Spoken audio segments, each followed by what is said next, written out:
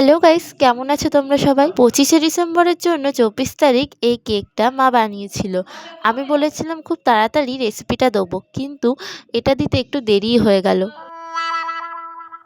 তো প্রথমেই একটা বাটিতে 1 বাটি চিনি নিয়ে সমপরিমাণ দুধ দিয়ে দিতে হবে। কিছুটা দুধ আলাদা রেখো, পরে কাজে লাগবে। দুধ আর চিনি মিশে গেলে পরিমাণ মতো সাদা তেল দিয়ে দিতে হবে। প্রতিটা উপকরণ দিয়ে একবার করে ভালোভাবে মিশিয়ে নিতে হবে। এবার পরপর সুজি, ময়দা আর এলাচ গুঁড়ো দিয়ে দিতে হবে। এলাচের বদলে ভ্যানিলা এসেন্সও ইউজ করতে পারো। এবার বাঁচিয়ে রাখা দুধে বেকিং সোডা আর বেকিং পাউডার দিয়ে ভালোভাবে ফেটিয়ে দিয়ে দিতে হবে। সরাসরি না দিয়ে এভাবে দিলে কেক একটুও ফাটে না, খুব নরম হয়।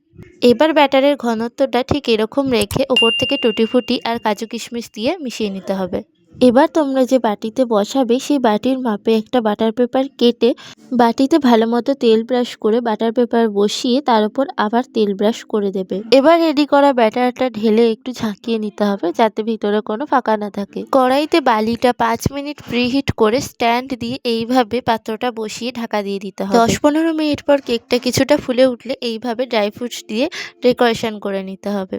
এবার 20 থেকে 25 মিনিট মিডিয়াম আঁচে বেক করে নিলেই তৈরি আমাদের ফ্রুট কেক। বাড়িতে সবাই ট্রাই করে অবশ্যই জানিও কেমন হয়েছে, আর ভালো লাগলে লাইক আর সাবস্ক্রাইব করে দিও। টাটা।